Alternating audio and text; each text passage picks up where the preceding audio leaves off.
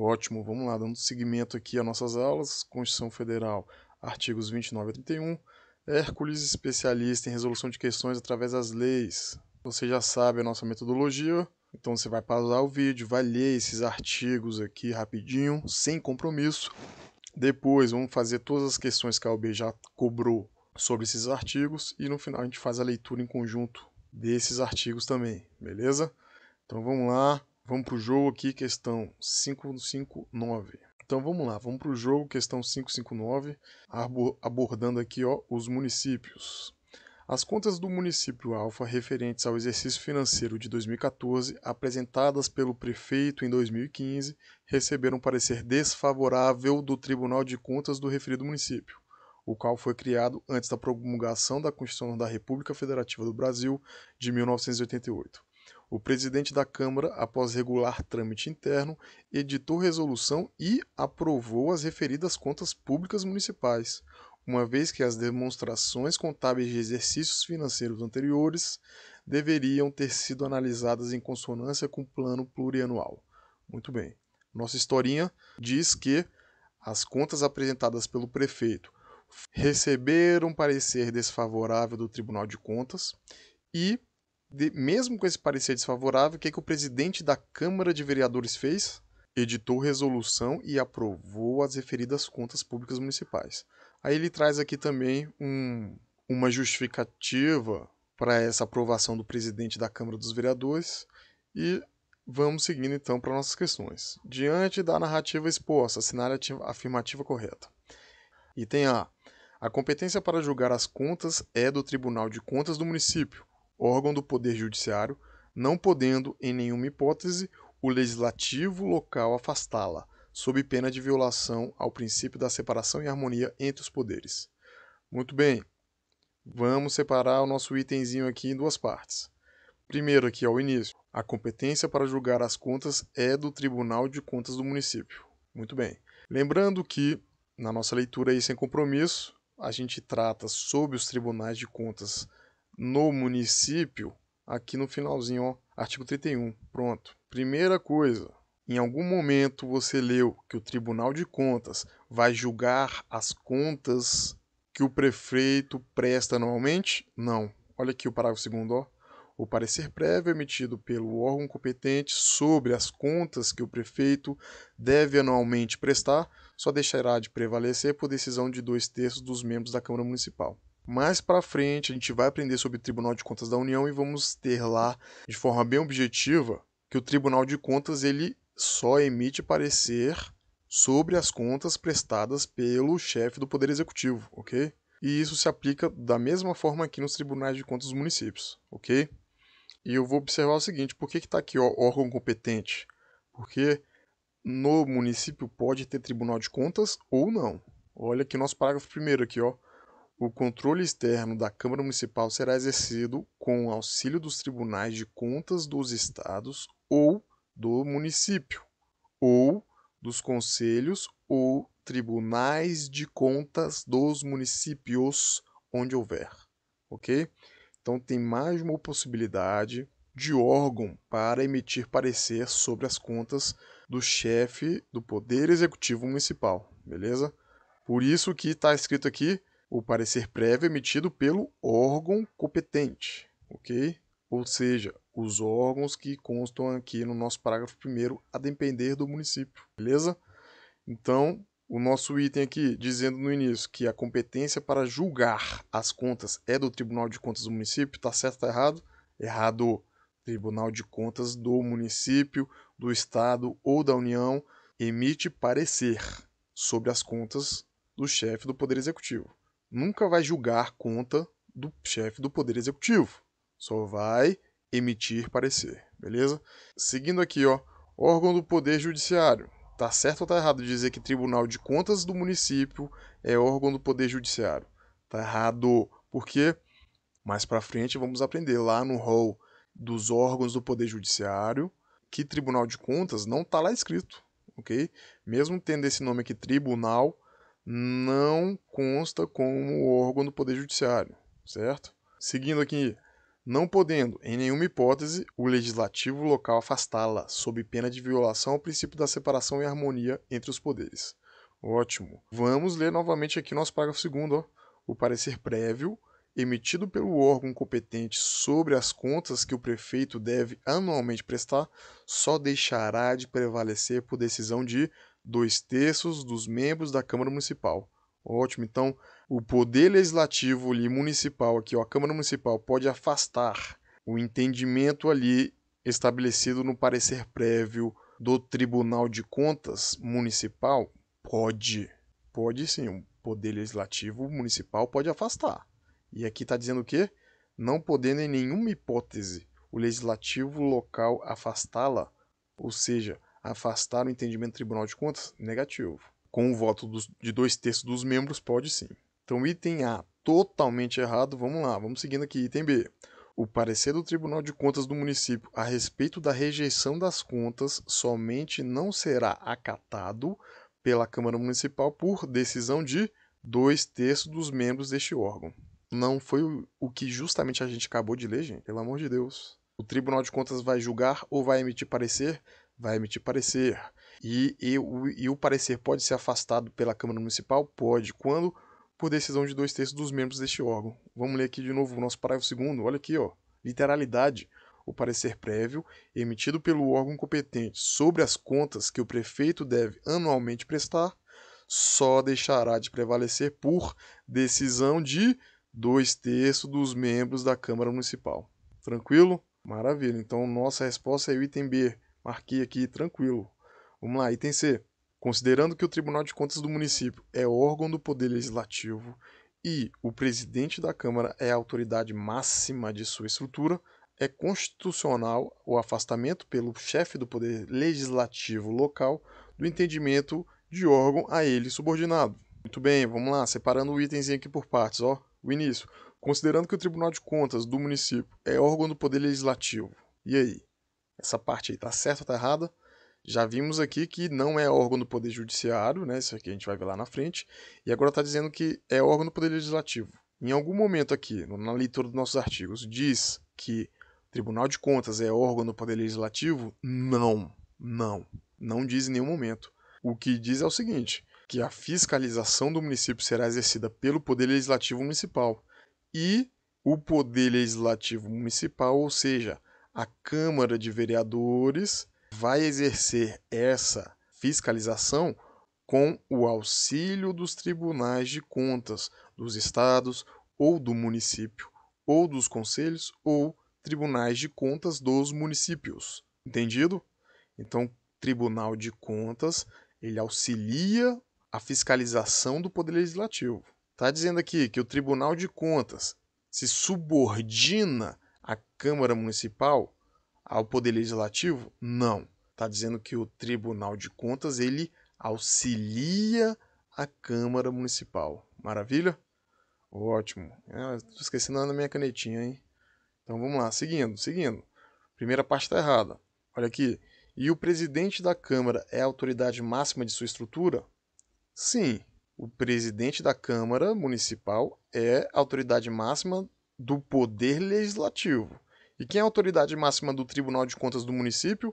O presidente do Tribunal de Contas do município, ok? Então aqui tem um presidente e aqui no Poder Legislativo tem outro presidente, certo? Autoridades máximas diferentes aí para cada um. E continuando aqui, ó, é constitucional o afastamento pelo chefe do Poder Legislativo local do entendimento de órgão a ele subordinado. Não. Já vimos que para afastar o entendimento do Tribunal de Contas precisa de decisão de 2/3 dos membros da Câmara Municipal, ok? Então, só o presidente da Câmara Municipal consegue afastar o entendimento de Tribunal de Contas? Não. Precisa do voto de 2/3 dos membros da Câmara, ok? E no finalzinho aqui dizendo que o Tribunal de Contas é subordinado ao Poder Legislativo. Não. Também já vimos que, na verdade, a nossa Constituição diz que haverá o auxílio. Não existe subordinação, ok? Maravilha. E se você me perguntar, o Tribunal de Contas é do Poder Executivo, então? Também não. Também não. Em nenhum momento diz isso aqui. tá? Ah, então o que que o Tribunal de Contas é? Ele é um órgão, ó, vou botar aqui, ó, Tribunal de Contas é o quê? É um órgão autônomo, constitucional, ok? A própria Constituição prevê a existência desse órgão, mesmo sem vincular a sua existência a algum dos poderes, ok? Tribunal de Contas não pertence a nenhum poder. Não pertence ao judiciário, nem executivo, nem legislativo. Seguindo, então item C totalmente errado, vamos lá, item D. O presidente da Câmara agiu corretamente, pois a periodicidade para análise das contas públicas do município deve ser de 5 anos, e tal disposição não foi observada pelo Tribunal de Contas do município. Vamos lá, por partes. O presidente da Câmara agiu corretamente? Sim ou não? Não. Por quê? Porque só o presidente ele não pode aprovar as referidas contas do prefeito, tendo em vista que o Tribunal de Contas emitiu previamente aqui, ó, o parecer desfavorável, certo? Então, para mudar esse entendimento do Tribunal de Contas, a gente precisa de o quê? Do voto de 2/3 dos membros da Câmara. Só o presidente não consegue afastar o parecer do Tribunal de Contas. Maravilha? Seguindo aqui, ó, pois a periodicidade para análise das contas públicas do município deve ser de 5 anos, e tal disposição não foi observada pelo Tribunal de Contas do município. Isso aqui, essa parte aqui está inventada, né? Está inventada. Em nenhum momento a gente lê também aqui sobre período de 5 anos, então parte bem inventada aqui, questão totalmente errada também. Nossa resposta, item B, maravilha, seguindo. Vamos lá, próxima questão, hein? Então vamos lá, questão 560.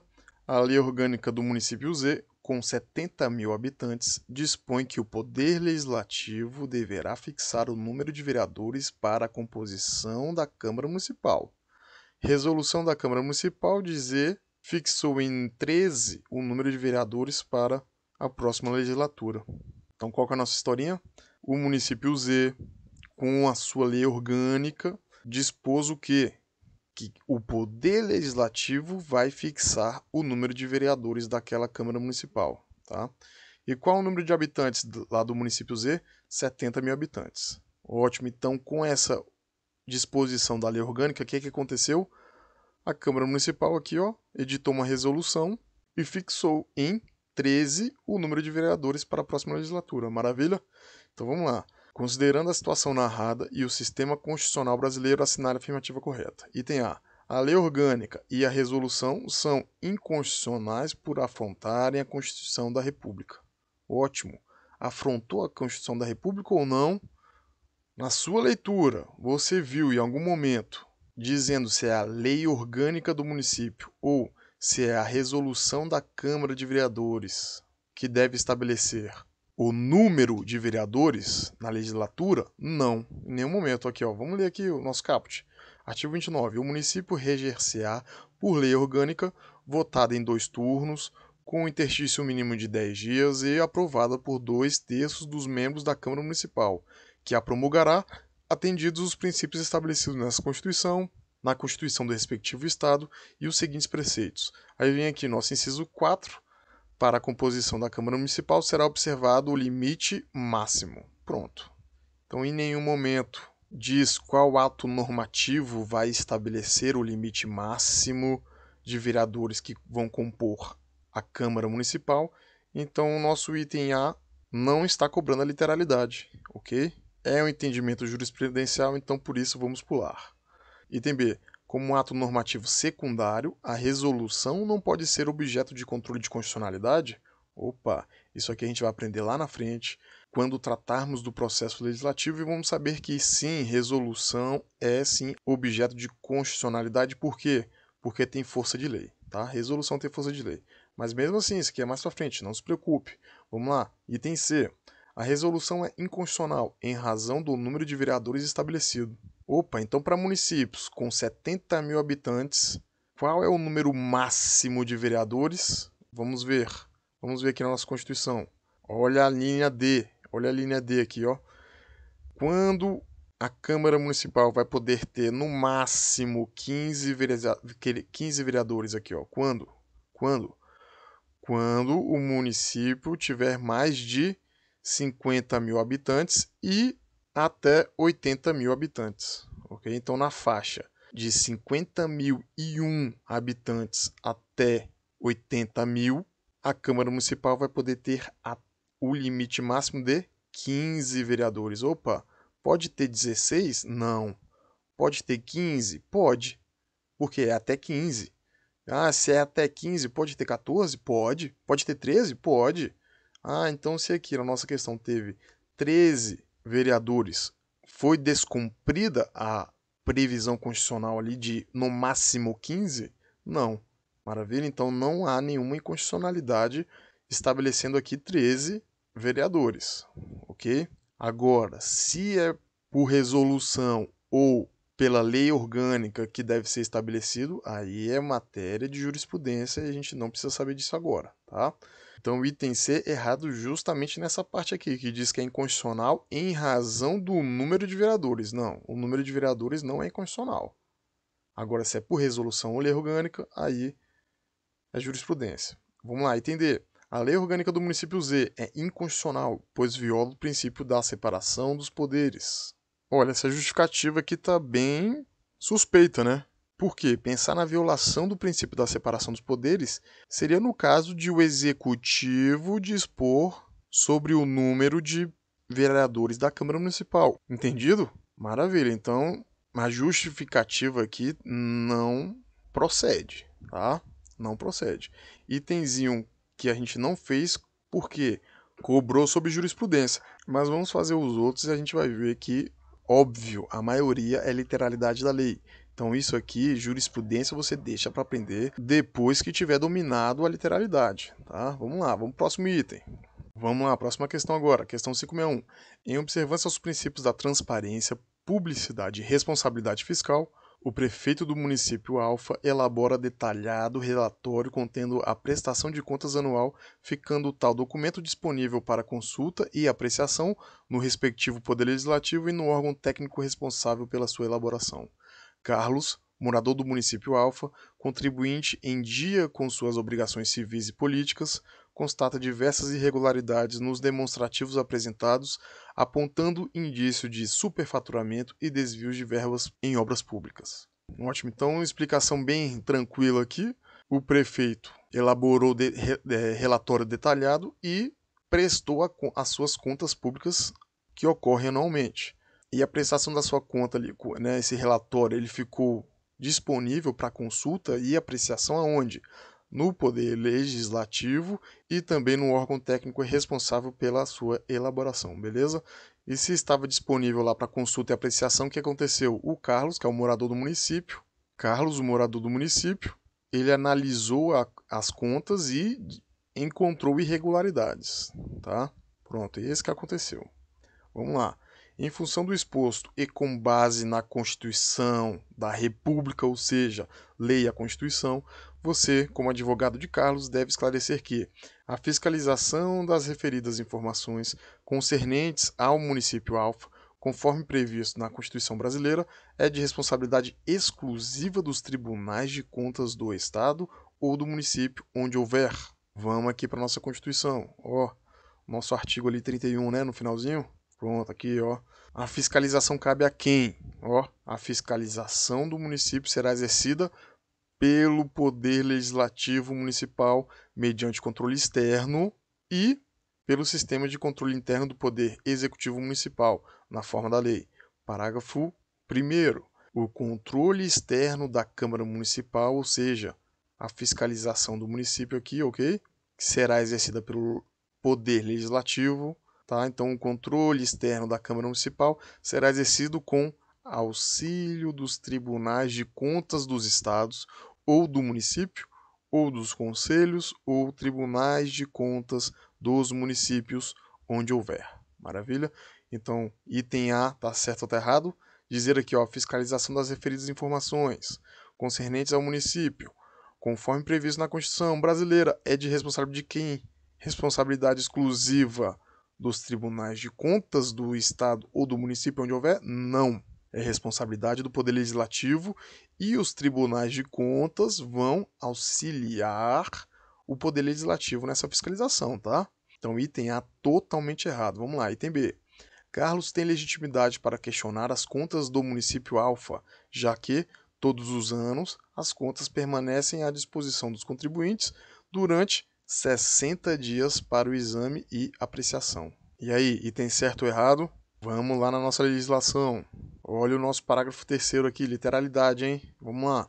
As contas dos municípios ficarão durante 60 dias anualmente à disposição de qualquer contribuinte para exame e apreciação, o qual poderá questionar-lhes a legitimidade dos termos da lei. Ótimo, então o Carlos ele pode questionar a legitimidade da prestação de contas que fica à disposição durante 60 dias, todos os anos? Sim, maravilha, não é a nossa literalidade? Beleza, então o item B é a nossa resposta aqui, ó, marcando como item certo. Vamos lá, item C. A impugnação das contas apresentadas pelo chefe do executivo local exige a adesão mínima de 1/3 dos eleitores do município Alfa? E aí? Item certo ou errado? Nossa literalidade do parágrafo 3º aqui. Precisa de algum quórum? Precisa de algum número mínimo de pessoas para fazer exame, apreciação ou questionar a legitimidade das contas? Não. Na verdade, qualquer contribuinte poderá questionar a legitimidade das contas, ok? Então, itemzinho errado aqui, ó, adesão mínima de 1/3 dos eleitores do município Alfa. Negativo, nada a ver, tá? Tem que ser totalmente errado. Vamos lá, item D. A Constituição da República Federativa do Brasil, de 88, não prevê qualquer forma de participação popular no controle das contas públicas, razão pela qual Carlos deve recorrer ao Ministério Público Estadual para que seja apresentada ação civil pública impugnando os atos lesivos ao patrimônio público praticados pelo prefeito do município Alfa. E aí, certo ou errado? A gente acabou de ler, tá? Então, só para reforçar, vou ler de novo, ó. As contas do município ficarão durante 60 dias anualmente à disposição de qualquer contribuinte para exame e apreciação, o qual poderá questionar-lhes a legitimidade, nos termos da lei. Tá? Então, Carlos precisa ir lá no Ministério Público para propor uma ação civil pública dessas irregularidades das contas prestadas no município Alfa? Negativo, tá? Item D, totalmente errado. Nosso item B, tranquilo, literalidade total da nossa Constituição, que é o que mais é cobrado. Tá? Então vamos seguindo para as próximas questões aqui. Então vamos lá, seguindo, questão 562. Sabendo que o município integra a federação, assinar a afirmativa correta à luz das normas constitucionais. É para ler a Constituição? É, sem dúvidas. Tá? Então vamos lá, é o que a gente está fazendo. Item A. O município será regido por lei orgânica própria, votada pela Assembleia Estadual. E aí, item certo ou errado? Vamos lá, você fez a leitura aí dos nossos artigos da Constituição. Aqui no iniciozinho, ó. Aqui, artigo 29, a gente já leu, vamos lá. O município reger-se-á por lei orgânica, votada em 2 turnos, com interstício mínimo de 10 dias e aprovada por 2/3 dos membros da Câmara Municipal, que a promulgará atendidos os princípios estabelecidos nessa Constituição, na Constituição do respectivo Estado e os seguintes preceitos. Muito bem. E o nosso item diz que o quê? Que a lei orgânica será votada na Assembleia Legislativa. E aí, tá certo ou errado? Errado, né?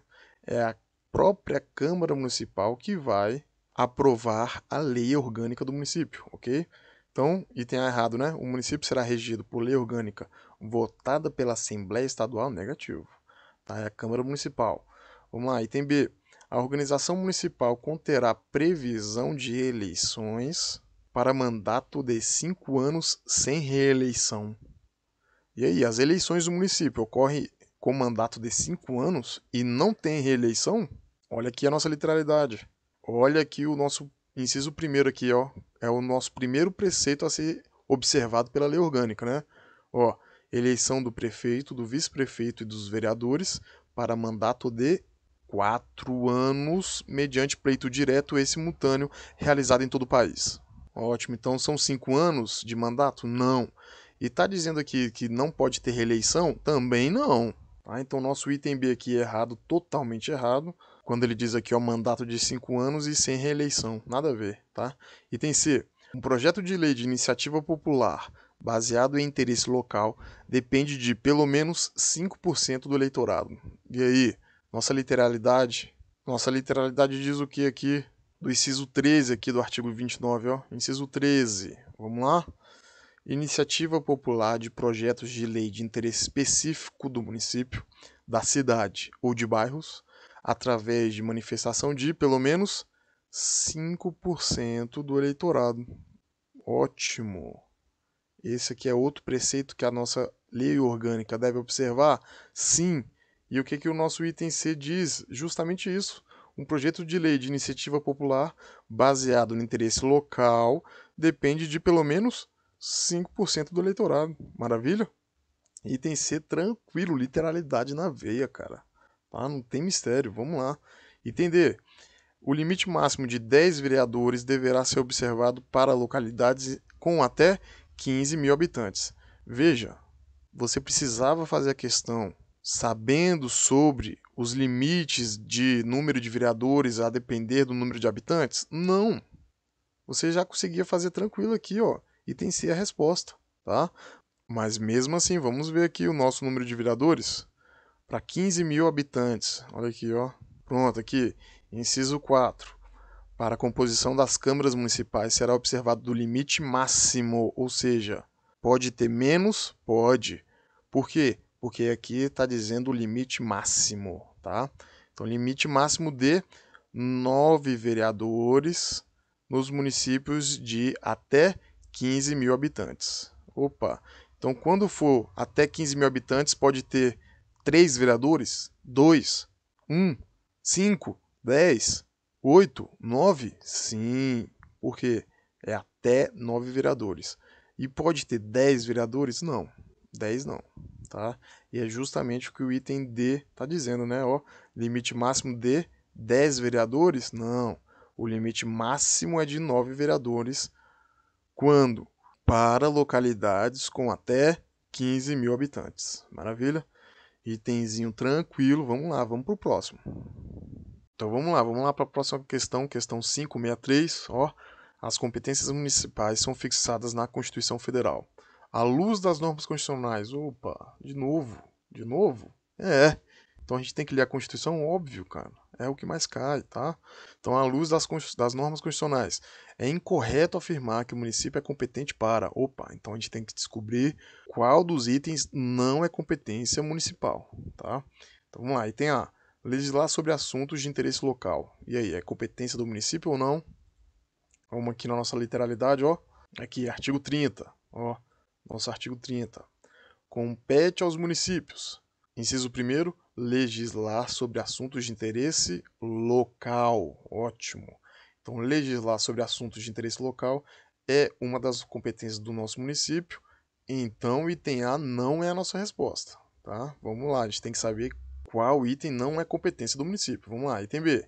Criar distritos, observada a legislação estadual. Opa, olha a literalidade no nosso inciso 4 agora, ó. Criar, organizar e suprimir distritos, observada a legislação estadual. Maravilha? Nossa literalidade pura. Então estamos vendo também que o item B não é a nossa resposta. Vamos lá. Item C. Prestar sob regime de concessão serviços públicos locais. Mais uma vez, nossa literalidade. Olha o inciso 5. Ó, organizar e prestar diretamente ou sob regime de concessão ou permissão os serviços públicos de interesse local, incluído o transporte coletivo, que tem caráter essencial. Maravilha? Então, prestar sob regime de concessão serviços públicos locais é também uma competência dos nossos municípios? Sim. Opa, então sobrou o item D, né? Vamos ler aquele aqui, ó. Vamos ler. Legislar sobre imposto de renda retido na fonte. É competência dos nossos municípios? Não. Por quê? Porque você não vai encontrar essa competência aqui dentro do nosso artigo 30, ok? Item D é a nossa resposta aqui, porque legislar sobre imposto de renda retido na fonte não é competência do município. Literalidade tranquila, fazendo nossa questãozinha. Vamos lá, vamos para o próximo. Agora vamos lá, questão 564, vamos lá. A imunidade formal e a imunidade material consistem em prerrogativas conferidas aos ocupantes de determinados cargos públicos. Em relação a referidas imunidades, é correto afirmar que, item a imunidade formal se aplica inclusive aos vereadores. Opa! A única imunidade que nós encontramos aqui na Constituição para os vereadores está aqui ó, no nosso artigo 29, inciso 8. Tá? Vamos ler aqui. Ó. Inviolabilidade dos vereadores por suas opiniões, palavras e votos no exercício do mandato e na circunscrição do município. Ok? Ótimo. Então essa aqui é a imunidade material. Tá? Então existe a inviolabilidade dos vereadores por suas opiniões, palavras e votos apenas dentro da circunscrição do seu município. Ok? Ótimo. Aqui ó, imunidade material. Tá? Eles possuem imunidade formal? Não. A Constituição, no artigo 29, não traz imunidade formal para os vereadores, como existe lá no nosso Poder Legislativo, que a gente vai encontrar lá para os deputados e senadores, imunidade tanto material, né, por opiniões, palavras e votos, como também imunidade formal, ou seja, só vai poder ser julgado no STF, diante de alguns crimes. Entendido? Então, existe imunidade formal para vereadores? Não, o artigo 29 não traz imunidade formal para vereadores, apenas imunidade material. Então, nosso itemzinho A está errado, ok? Vamos lá, item B. O governador de estado goza de imunidade formal e de imunidade material na mesma extensão que o presidente da República. Itemzinho não está tratando sobre municípios, ok? Está tratando sobre estados. É outra matéria, então vamos pular o item, tá? Vamos na nossa literalidade tranquila aqui dos municípios, ó. Item C. Os vereadores gozam de imunidade material relativa às suas opiniões, palavras e votos nos limites territoriais do município a que estejam vinculados. Maravilha, tá? É justamente o que dispõe aqui o nosso inciso 8 do artigo 29. Vamos ler de novo, ó. Inviolabilidade dos vereadores por suas opiniões, palavras e votos no exercício do mandato e na circunscrição do município. Maravilha? Um único detalhe extra aqui que você tem que saber é o quê? Que isso aqui trata sobre imunidade material, tá? Porque imunidade formal é aonde o vereador deve ser julgado, por exemplo, deve ser julgado só no Tribunal de Justiça, ou então no STJ, ou então no STF, ok? O vereador tem esse foro por prerrogativa de função? Não, não e não, ok? Então não tem imunidade formal. O que ele tem é inviolabilidade por suas opiniões, palavras e votos, ou seja, imunidade material. E, lembrando, essa imunidade ela é restrita à circunscrição do município. Maravilha? Então, item C é a nossa resposta, marquei aqui como resposta. Ó. Vamos lá, item D. A imunidade relativa à proibição de prisão impede, inclusive, a prisão em flagrante por crime inafiançável. Esse itemzinho está cobrando a literalidade lá do nosso Poder Legislativo, que a gente vai ver na Constituição mais para frente. Não precisa se preocupar, porque a gente vai aprender isso ainda, tá? Então a gente fica aqui com a nossa resposta no item C, literalidade tranquila, de forma objetiva, rápida, para fazer as questões e aumentar nosso índice de aprovação, ok?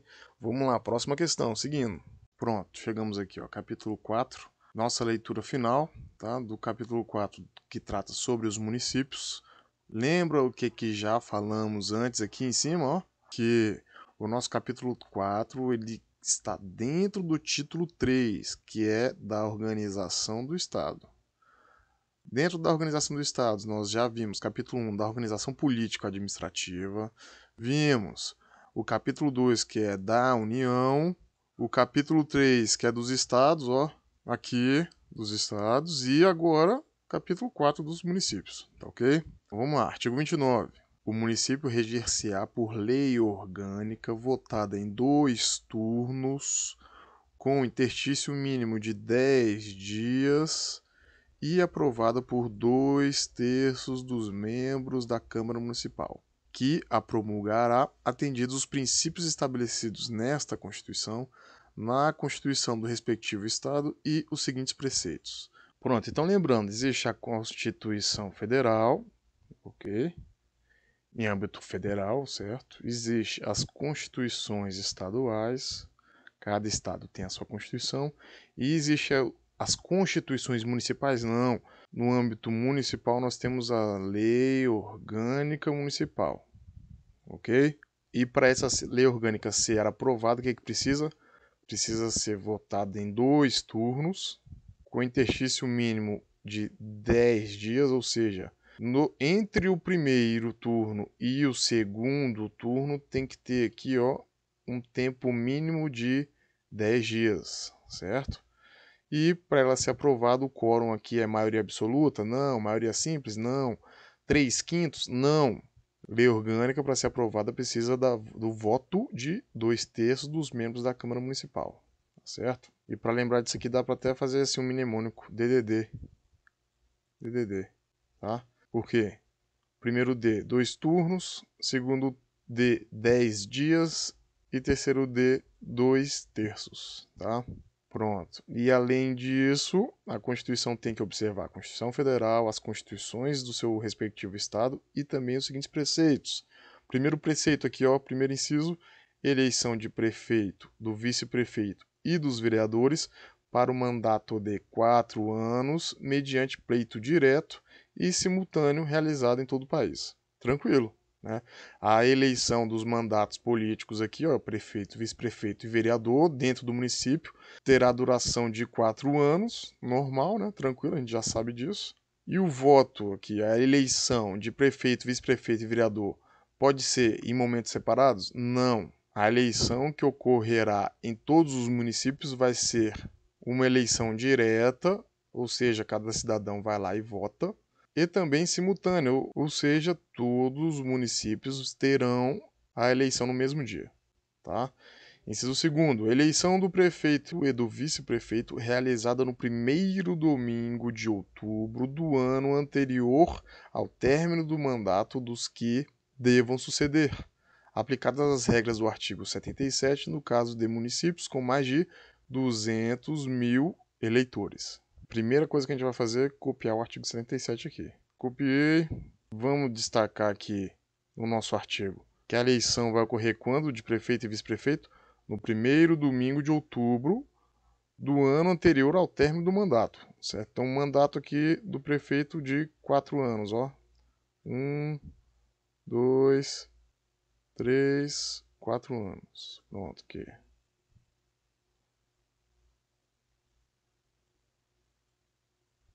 Pronto. Qual que é o ano anterior ao término do mandato?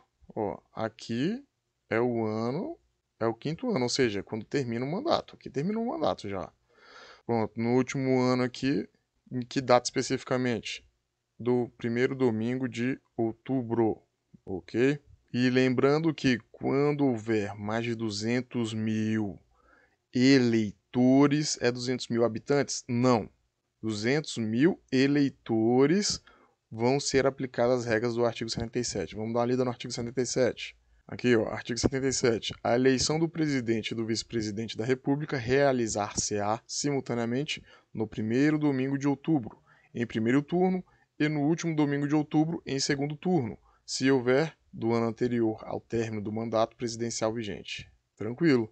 Né? Então, do mesmo jeito, vai ter também no primeiro domingo de outubro a eleição, sendo que haverá segundo turno, se houver, quando? No último domingo de outubro.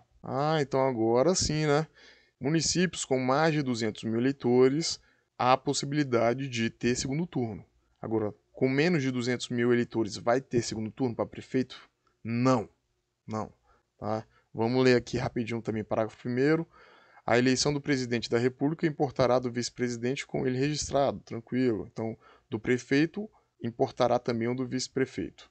Parágrafo 2º. Será considerado eleito presidente o candidato que, registrado por partido político, obtiver a maioria absoluta de votos, não computados os brancos e os nulos. Isso também se aplica aos prefeitos. Olha aqui o parágrafo 3º. Se nenhum candidato alcançar a maioria absoluta na primeira votação, far-se-á nova eleição em até 20 dias após a proclamação do resultado, concorrendo os 2 candidatos mais votados e considerando-se eleito aquele que obtiver a maioria dos votos válidos.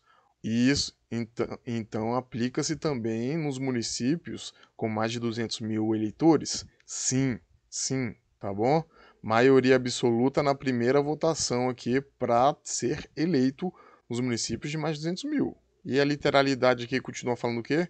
Que a nova eleição, a segunda eleição, se não tiver a maioria absoluta, ocorrerá em até 20 dias após a proclamação do resultado. É essa a literalidade, tá? E continua aqui também, ó, que no segundo turno vai concorrer quem? Os dois candidatos mais votados, tá? Parágrafo 4º. Se antes de realizado o segundo turno ocorrer morte, desistência ou impedimento legal de candidato, convocar-se-á dentre os remanescentes o de maior votação. Tá escrito aqui que antes do segundo turno, se algum candidato morrer ou não puder concorrer, vai substituir o candidato a vice-prefeito, vice-presidente? Não. Quem vai concorrer vai ser os próximos candidatos a prefeito ou presidente mais bem votados, ok? Parágrafo 5º. Se na hipótese dos parágrafos anteriores remanescer em segundo lugar mais de um candidato com a mesma votação, qualificar-se-á o mais idoso. Critériozinho de desempate para o prefeito aqui também, e isso aqui impossibilita ter segundo turno com 3 candidatos, não é mesmo? Porque se houver a hipótese de ter o mesmo número de votos, o que acontece? Desempata com o mais idoso, ok? Seguindo então aqui, hein? Inciso 3. Posse do prefeito e do vice-prefeito no dia 1º de janeiro do ano subsequente ao da eleição. Ótimo, a gente não viu aqui, ó, que o ano da eleição é no último ano do mandato? Sim. E o ano. Aqui é a eleição, ó. Aqui é a eleição. E a data da posse? Posse é no dia 1º de janeiro do ano subsequente à da eleição, que é o 1º de janeiro. Entendido? Seguindo, vamos lá. Inciso 4. Para a composição das câmaras municipais, será observado o limite máximo de. Preste atenção. Aqui não é o número exato de, é o limite máximo de, ok? Então vamos ver. Limite máximo de, a linha A, 9 vereadores nos municípios de até 15 mil habitantes. O que é que a gente tem que entender aqui? A composição da Câmara Municipal que tem no município até 15 mil habitantes, qual é o limite máximo de vereadores? 9. Então pode ter aqui 8 vereadores? Pode. Por quê? O limite máximo é 9. Pode ter 7, pode ter 6, 3, 2, certo? O que não pode ter são 10 vereadores nos municípios com até 15 mil habitantes, ok? Então, limite máximo. E outra coisa, aqui está escrito eleitores? Não, está escrito habitantes. Ótimo, então vamos prestar atenção. Olha aqui, quando a nossa referência é se tem segundo turno de prefeito ou vice-prefeito, a gente considera como referência 200 mil aqui, ó, eleitores. Eleitores. Agora, para a composição da Câmara Municipal, a gente tem como referência o quê? Eleitores? Não. A gente tem como referência habitantes, tá certo?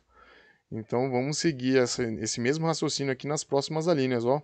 Limite máximo de 11 vereadores nos municípios de mais de 15 mil habitantes e de até 30 mil. De novo aqui, ó. Mais de 15 mil. Então, a partir do 15 mil, ou seja, entre 15 mil, ou seja, entre 15 mil e 1 e 30 mil. Entendido? Eita, aí, saiu, tá? Então é entre esses números aqui. Entendido? Seguindo, a linha C. 13 vereadores, máximo de 13 vereadores nos municípios com mais de 30 mil habitantes e de até 50 mil habitantes. A linha D. 15 vereadores nos municípios de mais de 50 mil habitantes e de até 80 mil habitantes. A linha E. 17 vereadores nos municípios de mais de 80 mil habitantes e de até 120 mil habitantes. A linha F, 19 vereadores nos municípios de mais de 120 mil habitantes e de até 160 mil habitantes. G, 20 mil vereadores nos municípios de mais de 160 mil habitantes e de até 300 mil habitantes. H, 23 vereadores nos municípios de mais de 300 mil habitantes e de até 450 mil habitantes. I, 25 vereadores nos municípios de mais de 450 mil habitantes e de até 600 mil habitantes. J, 27 vereadores nos municípios de mais de 600 mil habitantes e de até 750 mil habitantes. K, 29 vereadores nos municípios de mais de 750 mil habitantes e até 900 mil habitantes.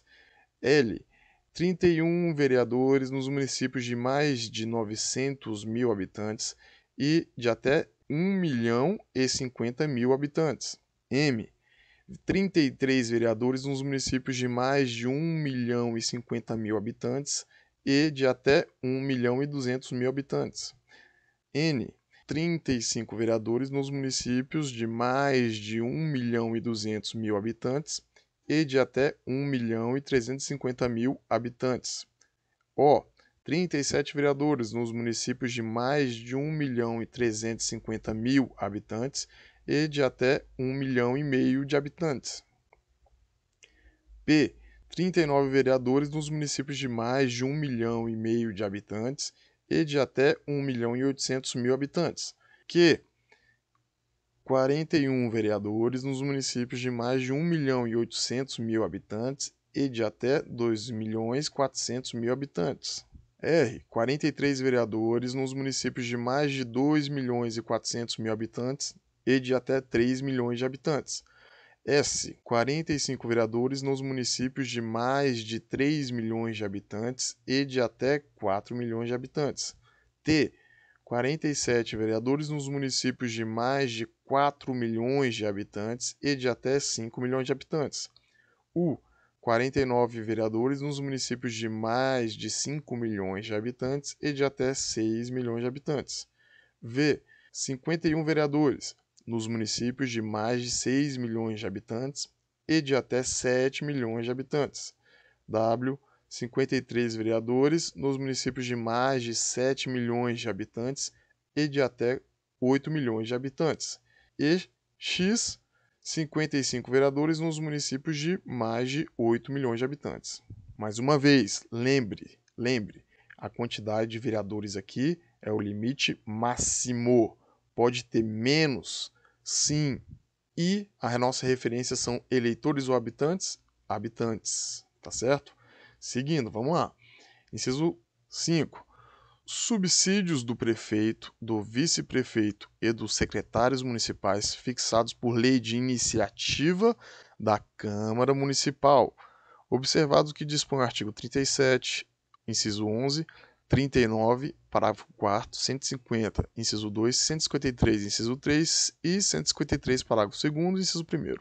Estamos vendo aqui os subsídios de quem? Dos membros do Poder Executivo, ok? Membros do Poder Executivo terão subsídios fixados por lei de iniciativa de quem? Do prefeito? Não.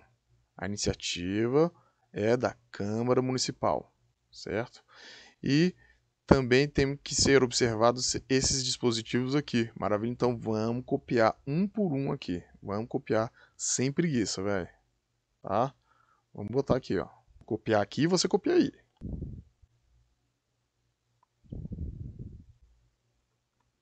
Pronto, copiado. Vamos fazer a leitura deles aqui agora.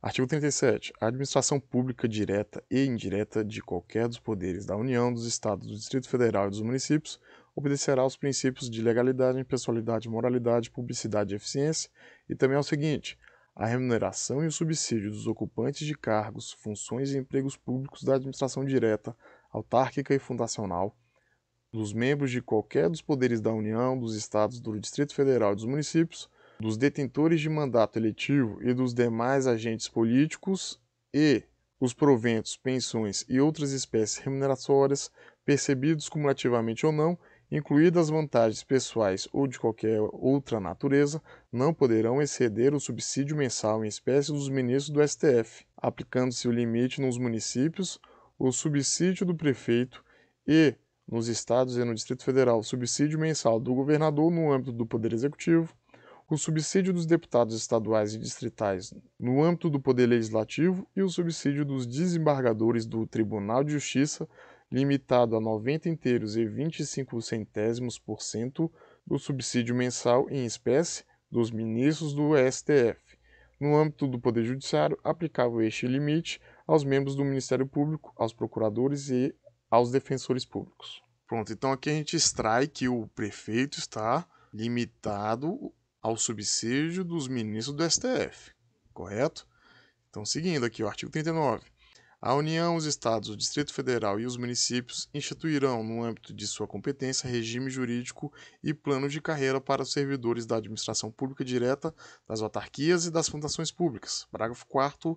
O membro de poder, o detentor de mandato eletivo, os ministros de Estado e os secretários estaduais e municipais serão remunerados exclusivamente por subsídio fixado em parcela única, vedado o acréscimo de qualquer gratificação, adicional, abono, prêmio, verba de representação ou outra espécie remuneratória, obedecidos em qualquer caso o disposto no artigo 37, inciso 10 e 11. Pronto, então está dizendo aqui como serão os subsídios dos prefeitos, vice-prefeito e secretários.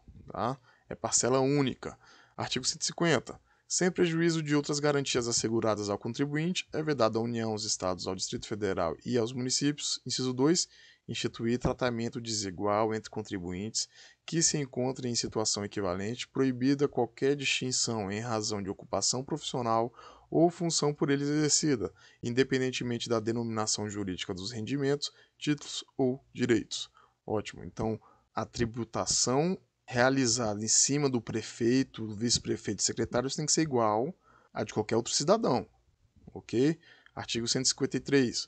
Compete à União instituir imposto sobre renda e proventos de qualquer natureza. Ah, então é a União que vai instituir o imposto de renda sobre o prefeito, vice-prefeito e secretários? Sim. Parágrafo 2º.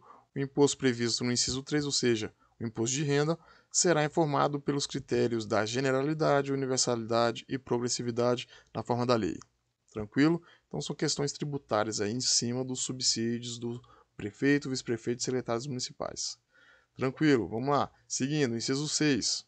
Aqui, ó, o subsídio dos vereadores será fixado pelas respectivas câmaras municipais em cada legislatura para a subsequente. Observado o que dispõe esta Constituição, observados os critérios estabelecidos na respectiva lei orgânica e os seguintes limites máximos. Ótimo, então do mesmo jeito aqui, ó, que o subsídio do Poder Executivo aqui vai ser fixado por lei de iniciativa da Câmara Municipal, quem que vai fixar também o subsídio dos membros aqui do Poder Legislativo, quem vai fixar? A Câmara Municipal também, ok? Sendo observado essa Constituição e também os limites máximos, ou seja, o valor pode ser inferior ao que está aqui nos nossos incisos? Pode, porque está sendo estabelecido o limite máximo, tá? Então, seguindo aqui, ó, o limite máximo aqui, a linha A, em municípios de até 10 mil habitantes, o subsídio máximo dos vereadores corresponderá a 20% do subsídio dos deputados estaduais. Mais uma vez, qual é a nossa referência aqui? Eleitores ou habitantes? Habitantes. Sendo aqui o subsídio máximo, ou seja, o limite máximo de até 20% do subsídio dos deputados estaduais ou federais? Deputados estaduais. Certo? Muito bem, então vamos ver aqui os outros limites. A linha B, em municípios de 10.001 a 50 mil habitantes, o subsídio máximo dos vereadores corresponderá a 30% do subsídio dos deputados estaduais. A linha C. Em municípios de 50.001 a 100.000 habitantes, o subsídio máximo dos vereadores corresponderá a 40% do subsídio dos deputados estaduais. A linha D. Em município de 100.001 a 300.000 habitantes, o subsídio máximo dos vereadores corresponderá a 50% do subsídio dos deputados estaduais. E a linha E. Em municípios de 300.001 habitantes a 500.000 habitantes, o subsídio máximo dos vereadores corresponderá a 60% dos subsídios dos deputados estaduais. Opa, tem mais uma. A linha F. Em municípios de mais de 500.000 habitantes, o subsídio máximo dos vereadores corresponderá a 75% dos subsídios dos deputados estaduais. Lembrando, qual que é o teto dos deputados federais? É o subsídio do ministro do STF, certo? E dos deputados estaduais, quanto que é? É 75% dos subsídios dos deputados federais. E dos vereadores, quanto que é? Depende. Depende do número de habitantes do município, mas o limite máximo, qual que é? Também 75% do subsídio dos deputados estaduais. Maravilha? Seguindo então, hein? Inciso 7. O total da despesa com a remuneração dos vereadores não poderá ultrapassar o montante de 5% da receita do município. Pronto, então de toda a receita do município, o máximo que pode ser gasto com subsídio dos vereadores é 5%. Seguindo, inciso 8. Inviolabilidade dos vereadores por suas opiniões, palavras e votos no exercício do mandato e na circunscrição do município. Já vimos lá nas nossas questões que aqui estamos tratando de imunidade material. Lembrou? Ótimo. Então, inviolabilidade de opiniões, palavras e votos é imunidade material. E os vereadores têm imunidade formal? Não. Por quê? O único dispositivo que trata sobre algum tipo de imunidade dos vereadores é esse. Se esse é o único dispositivo, os vereadores só possuem imunidade material, tá certo? Não tem prerrogativa de foro. Vereador tem prerrogativa de foro? Não. Vereador não tem prerrogativa de foro, não tem imunidade formal, tá? Vamos lá, seguindo. Inciso 9. Proibições e incompatibilidades no exercício da vereança, similares, no que couber, ao disposto nesta Constituição para os membros do Congresso Nacional e na Constituição do respectivo Estado para os membros da Assembleia Legislativa. Tranquilo? Proibições e incompatibilidades nesta Constituição a gente vai aprender lá na frente, quando a gente tratar sobre poder legislativo. E só que a gente tem que ter em mente aqui agora é que as proibições e incompatibilidades dos deputados federais e dos senadores serão aplicadas no que couber aos vereadores. Do mesmo jeito que proibições e incompatibilidades que estiverem previstas nas constituições estaduais para os deputados estaduais também serão aplicadas no que couber aos vereadores. Maravilha? Seguindo, inciso 10. Julgamento do prefeito perante o Tribunal de Justiça. Opa, muito bem. Essa aqui é uma imunidade formal? Sim. E quem tem no município imunidade formal? O prefeito. Tá? Então, o vereador vai ser julgado perante o Tribunal de Justiça do Estado? Não. O prefeito vai ser julgado perante o Tribunal de Justiça do Estado. O vereador não tem imunidade formal, só tem imunidade material. Ok? Entendido. Seguindo. Inciso 11. Organização das funções legislativas e fiscalizadoras da Câmara Municipal. Ótimo, outro preceito aqui que deve ser observado na lei orgânica. Tá? Tem que ter organização da função legislativa e fiscalizadora da Câmara Municipal. Inciso 12.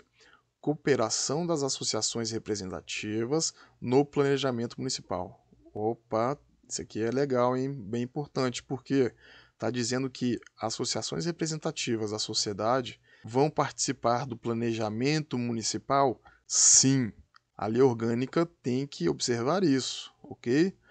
Aqui a gente tem a participação da sociedade no planejamento municipal, ok? Seguindo, inciso 13. Iniciativa popular de projetos de lei de interesse específico do município, da cidade ou de bairros, através de manifestação de pelo menos 5% do eleitorado. Ótimo. Como que os eleitores do município vão poder iniciar um projeto de lei? Como? Com a manifestação de 5% do eleitorado, ou seja, não é 5% dos habitantes, é 5% dos eleitores poderão iniciar um projeto de lei, sendo que esse projeto de lei tem interesse específico do município, da cidade ou de bairros, tá certo? Seguindo, inciso 14. Perda do mandato do prefeito nos termos do artigo 28, parágrafo único. Vamos copiar o nosso artigo 28 aqui? Vamos. Pronto, já copiei, vamos dar uma lidinha nele aqui, ó. A eleição do governador e do vice-governador de estado para mandato de 4 anos realizar-se-á no primeiro domingo de outubro, em primeiro turno, e no último domingo de outubro, em segundo turno, se houver do ano anterior ao término do mandato de seus antecessores, e a posse ocorrerá em 1º de janeiro do ano subsequente, observado, quanto ao mais, o disposto no artigo 77. Parágrafo único aqui foi... Vou até apagar aqui ó, o parágrafo único aqui. Tirei o parágrafo único porque agora tem parágrafo 1º e 2º, tá? Então vamos lá. Parágrafo 1º aqui, que nos interessa. Perderá o mandato o governador que assumir outro cargo ou função na administração pública direta ou indireta, ressalvada a posse em virtude de concurso público e observado o disposto no artigo 38, inciso 1º, 4 e 5. Ou seja, prefeito não pode ocupar ou assumir outro cargo público, tá? A não ser os casos sobre concurso público. Seguindo, artigo 29A. O total de despesas do Poder Legislativo Municipal, incluídos os subsídios dos vereadores e excluídos os gastos com inativos, não poderá ultrapassar os seguintes percentuais relativos ao somatório da receita tributária e das transferências previstas no parágrafo 5º do artigo 153 e nos artigos 158 e 159, efetivamente realizado no exercício anterior. Vamos copiar esses dispositivos também. Pronto, já copiei os artigos aqui e só destacando, né? O nosso artigo 29A está trazendo o quê? Um total de gastos do Poder Legislativo, tá?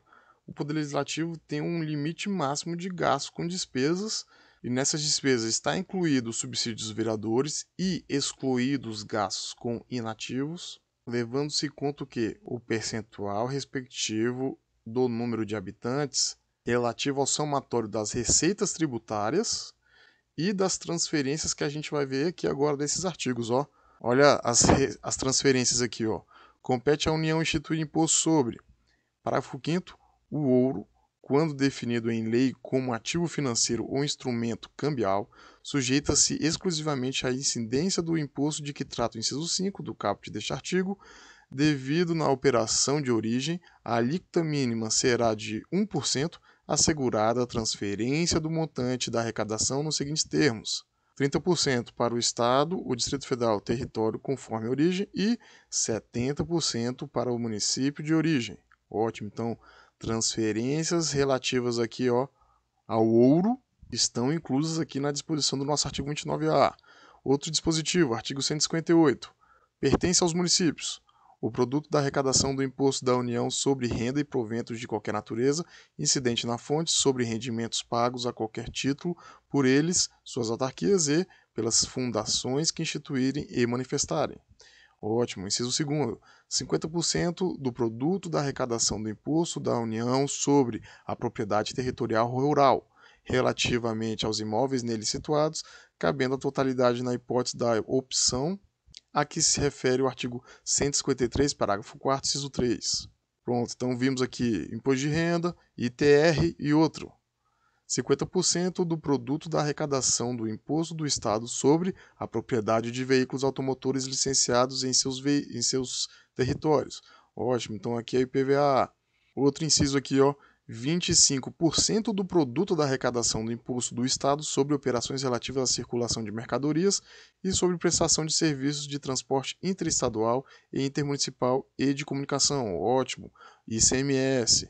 E aqui o último artigo, 159, a União entregará o produto da arrecadação do imposto sobre renda e proventos de qualquer natureza e sobre produtos industrializados, 49% na seguinte forma: 21 inteiros e 5 décimos por cento ao Fundo de Participação dos Estados e do Distrito Federal, 22 inteiros e 5 décimos por cento ao Fundo de Participação dos Municípios, 3% para aplicação em programas de financiamento ao setor produtivo das regiões Norte, Nordeste e Centro-Oeste, através de suas instituições financeiras de caráter regional, de acordo com os planos regionais de desenvolvimento, ficando assegurado ao semiárido do Nordeste a metade dos recursos destinados à região, na forma que a lei estabelecer.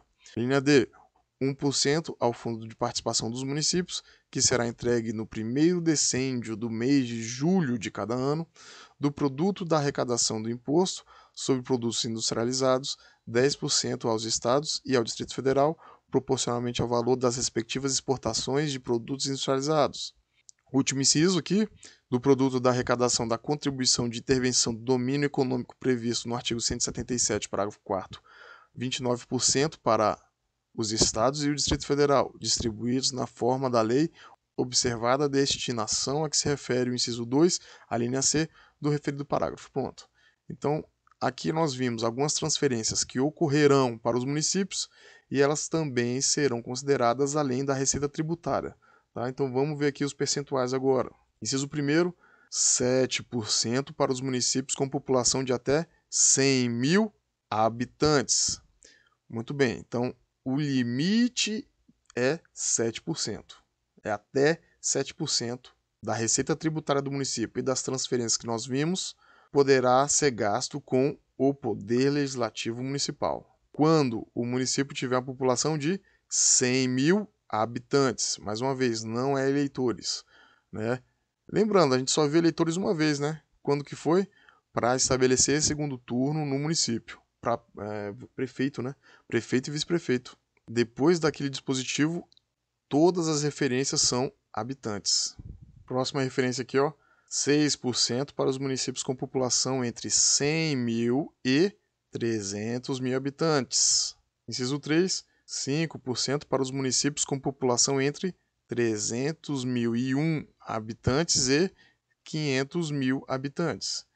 Inciso 4, 4,5% para municípios com população entre 500.001 e 3 milhões de habitantes. Inciso 5, 4% para municípios com população entre 3 milhões e 1 e 8 milhões de habitantes.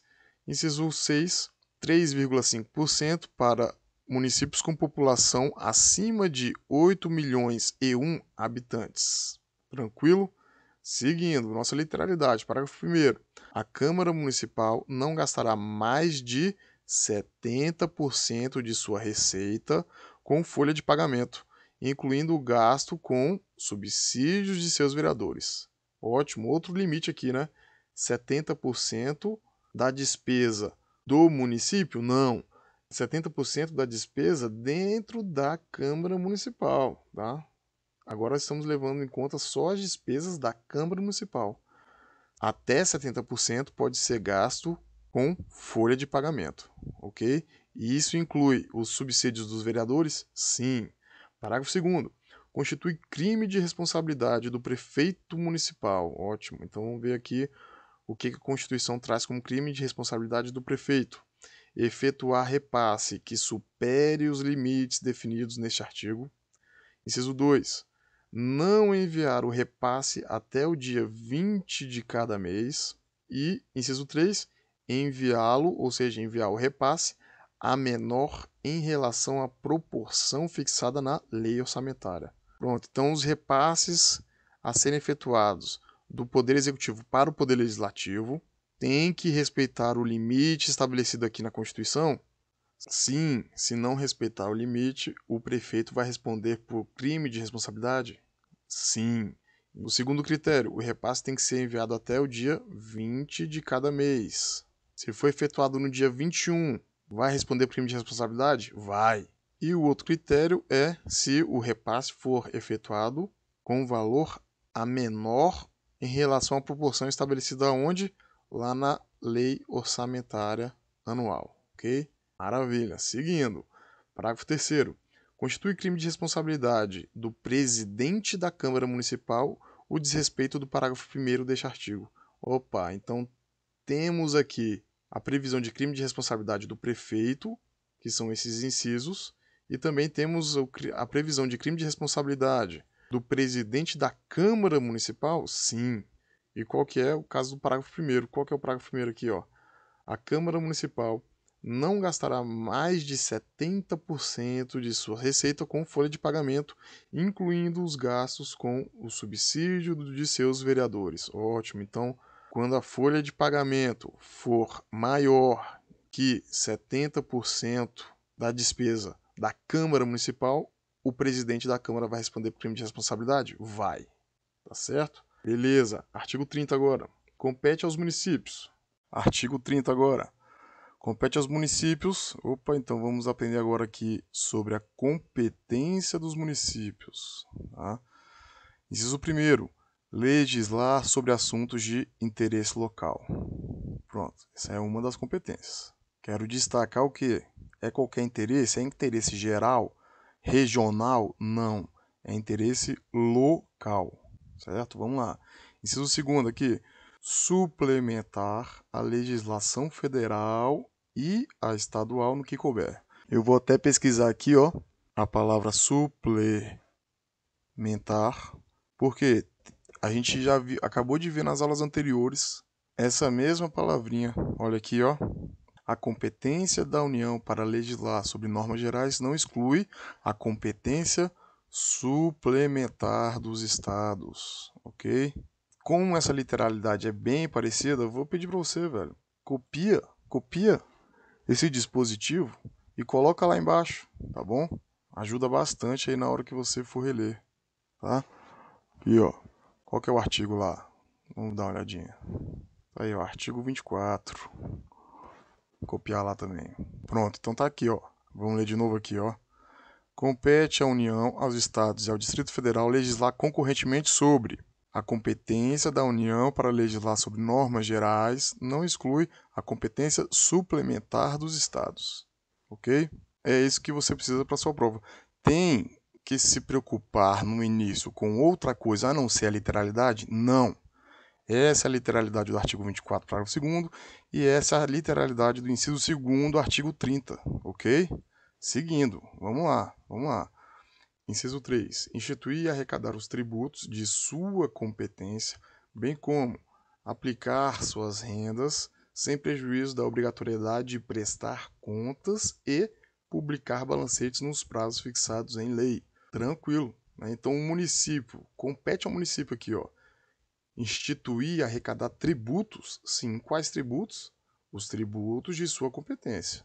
Tá? Então, lá na frente, na Constituição, a gente vai ver quais são os tributos que competem ao município.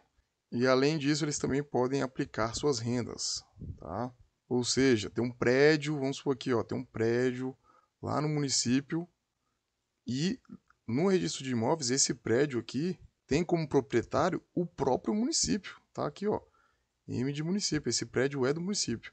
Se o município alugar esse prédio para um particular, ele vai auferir renda do aluguel aqui? Vai. E o que ele pode fazer com esse dinheiro aqui? Ele pode aplicar a sua renda? Sim. Entendido? Seguindo aqui, ó, sem prejuízo da obrigatoriedade de prestar contas e publicar balancetes nos prazos fixados em lei. É a nossa ideia de transparência, né? Tem que prestar contas? Claro. Tem que publicar balancetes? Claro. Tranquilo? Maravilha. Seguindo.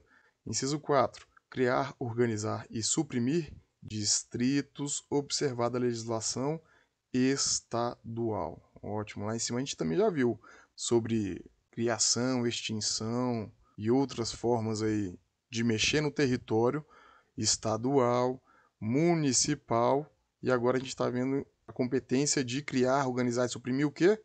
Distritos. Tá? Então, distritos compete aos municípios. E essa criação, organização ou supressão vai ocorrer De acordo com a legislação municipal? Não. É de acordo com a legislação estadual, tá? Seguindo, inciso 5º aqui, ó.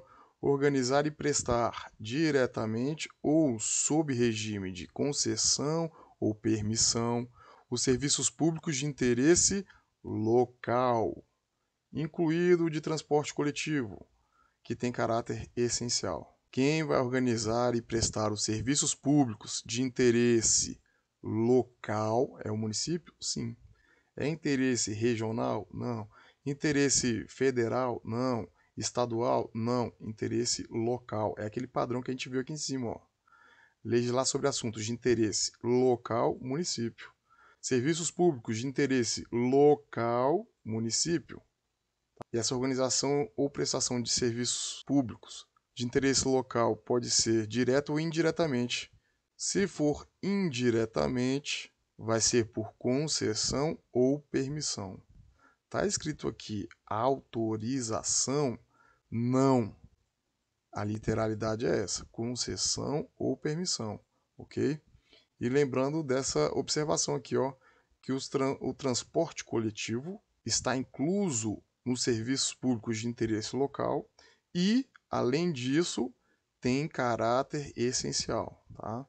Então, o transporte coletivo local tem caráter essencial. Seguindo, inciso 6. Manter, com a cooperação técnica e financeira da União e do Estado, programas de educação infantil e de ensino fundamental. Outra competência municipal, tá? Então, quem que mantém a educação infantil e o ensino fundamental é o município. Mais uma vez, está escrito aqui, ensino médio, não. Curso técnico, não. Ensino superior, não. Está escrito educação infantil e ensino fundamental. Ponto. E o município vai manter esse programa de educação infantil e ensino fundamental sozinho, de forma independente? Não. Vai ocorrer a cooperação técnica e financeira da União e do Estado. Mesmo sendo a competência do município, vai ocorrer a cooperação técnica e financeira de outros entes políticos? Sim, tanto da União como do Estado. Certinho? Seguindo, vamos lá, inciso 7. Prestar, com a cooperação técnica e financeira da União e do Estado, serviços de atendimento à saúde da população. Ótimo. Então, educação infantil e ensino fundamental vai ter cooperação técnica e financeira da União e dos Estados? Sim. E o atendimento à saúde também? Sim. É o que está escrito aqui, ó. O atendimento à saúde vai ser prestado pelo município com cooperação técnica e financeira de quem? Da União e do Estado. Certinho? Seguindo, inciso 8. Promover no que couber adequado ordenamento territorial mediante planejamento e controle do uso, do parcelamento e da ocupação de quem? O solo urbano. Mais uma vez, a quem compete promover, no que couber, adequado ordenamento territorial? O município. E ele vai fazer isso de que forma? Mediante o planejamento de controle do uso do solo urbano, do parcelamento do solo urbano e da ocupação do solo urbano. Certinho? Essa é a nossa literalidade. Seguindo, hein? Inciso 9. Promover a proteção do patrimônio histórico-cultural local. Mais uma vez a palavra local aqui, certinho? Tanto aqui em cima como legislar sobre assuntos de interesse local, quanto aqui também, ó, serviços públicos de interesse local. E aqui embaixo, novamente, ó, promover a proteção do patrimônio histórico-cultural local. Observada a legislação e ação fiscalizadora federal e estadual. Certinho? Essa proteção do patrimônio histórico-cultural local vai observar a legislação e ação fiscalizadora federal e estadual. Certo?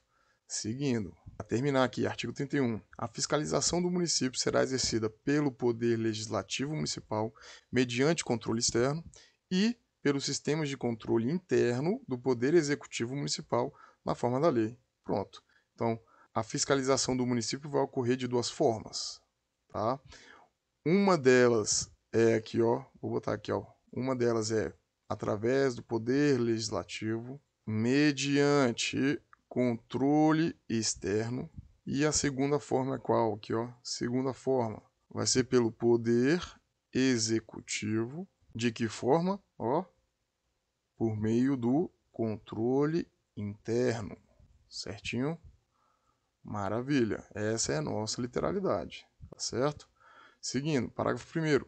O controle externo. Opa, de quem que é o controle externo? A gente já viu ali em cima. Controle externo não é do Poder Legislativo? É aqui, ó. Primeira opção. Certo? É do Poder Legislativo. Então, aqui, ó. O controle externo da Câmara Municipal. Opa! Câmara Municipal é de que poder? É o órgão maior do Poder Legislativo. É a Câmara de Vereadores. Então, vamos seguir aqui, ó. O controle externo da Câmara Municipal será exercido com o auxílio dos tribunais de contas dos estados ou do município ou dos conselhos ou tribunais de contas dos municípios onde houver. Tranquilo, tá? Então, todas essas opções aqui desses órgãos de contas, todas essas opções podem auxiliar o Poder Legislativo no controle externo.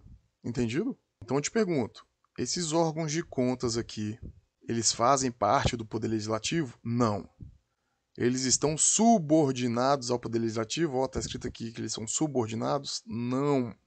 Tá escrito aqui que eles vão auxiliar o Poder Legislativo no controle externo. Ponto. Tá? É bem tranquilo. Mais para frente, a gente vai aprender sobre o Tribunal de Contas da União. Se não me engano, é artigo 71, tá, da nossa Constituição. E lá a gente vai ver melhor sobre as funções de controle externo realizada pelos tribunais de contas. Tranquilo? Beleza? Então aqui a gente já pode entender que o Tribunal de Contas não faz parte do Poder Legislativo, muito menos do Poder Judiciário. Porque não está escrito aqui que faz parte do Poder Judiciário e também, quando estudarmos sobre o Poder Judiciário, vamos ver que não faz parte do rol dos órgãos do Poder Judiciário, os Tribunais de Contas. Tá? Então, no nosso parágrafo primeiro aqui, quais são as opções de órgãos de contas que nós encontramos aqui? Ó? Primeiro, nós temos o Tribunal de Contas dos Estados. Opa, então, Tribunal, aqui, ó, vou botar aqui, Tribunal de Contas do Estado. É o primeiro órgão de contas que está aqui. Ou Tribunal de Contas do Município. Opa, então aqui, vou botar, ó, Tribunal de Contas do Município. Outra opção, tá? Ou também dos Conselhos de Contas dos Municípios, ou vou botar aqui, ó, Conselho de Contas dos Municípios, ou Tribunais de Contas dos Municípios. Ué, qual que é a diferença desse Tribunal de Contas dos Municípios para esse outro aqui, ó, Tribunal de Contas do Município? É justamente o singular e o plural, tá? No primeiro caso aqui a gente vê aqui, ó, Tribunal de Contas do Município. E aqui a gente está vendo Tribunais de Contas dos Municípios. Opa, se aqui está no plural, é porque pode ter o caso de ter um Tribunal de Contas que funcione para auxiliar o controle externo de mais de um município, tá? Então vou botar o Szinho aqui, ó.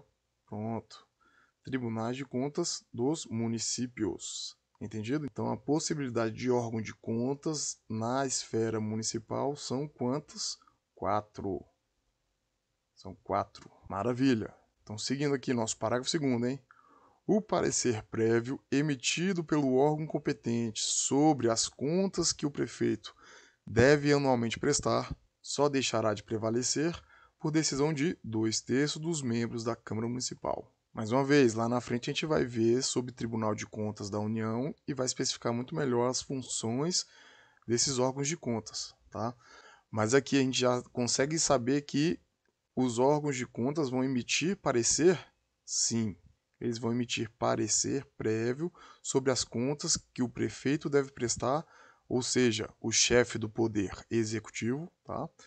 Então, as contas que o prefeito deve prestar de ano em ano, ou seja, anualmente.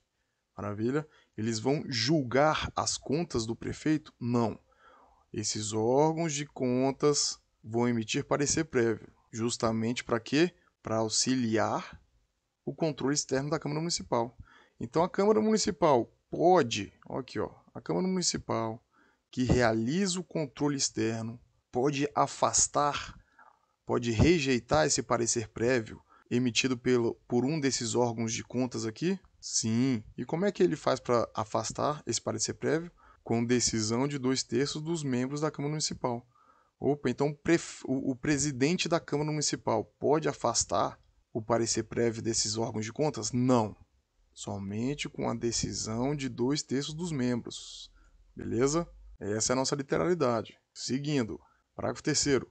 As contas dos municípios ficarão durante 60 dias, anualmente, à disposição de qualquer contribuinte para exame e apreciação, o qual poderá questionar-lhes a legitimidade nos termos da lei. Pronto. Então, do mesmo jeito que a gente viu aqui no parágrafo anterior, que o prefeito vai prestar contas anualmente, a gente tem aqui na literalidade do parágrafo 3º, que as contas do município ficarão à disposição também anualmente durante um prazo de 60 dias. Ok? Então, todo ano, durante 60 dias, as contas do município vão ficar à disposição de qualquer contribuinte. E com que finalidade isso aqui? Para o exame e apreciação, podendo as contas ser questionadas pelo próprio contribuinte, ok? Precisa ir no Ministério Público? Não. O próprio contribuinte pode questionar a legitimidade das contas prestadas ali, ok? E tudo isso vai acontecer nos termos da lei. Última disposição aqui é o parágrafo 4º, para acabar. É vedada a criação de tribunais, conselhos ou órgãos de contas municipais. Pronto. Vimos aqui no início que temos 4 possibilidades de auxílio no controle externo do Poder Legislativo Municipal.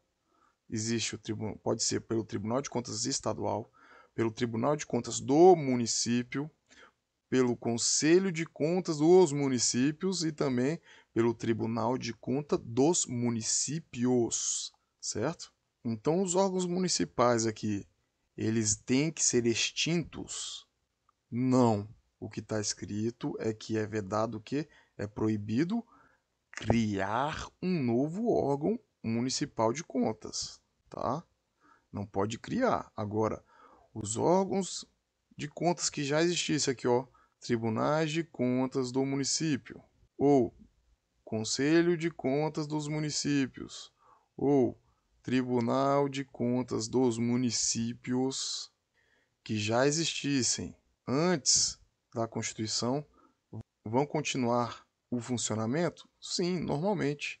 Agora, pode um determinado município aqui, ó, esse município, que não tem Tribunal de Contas municipal, ele pode criar um Tribunal de Contas aqui, dentro do município, só para ele? Não, não pode mais porque a Constituição veda a criação. Maravilha. Finalizamos mais uma aula. Forte abraço aí, bons estudos e até a próxima aula.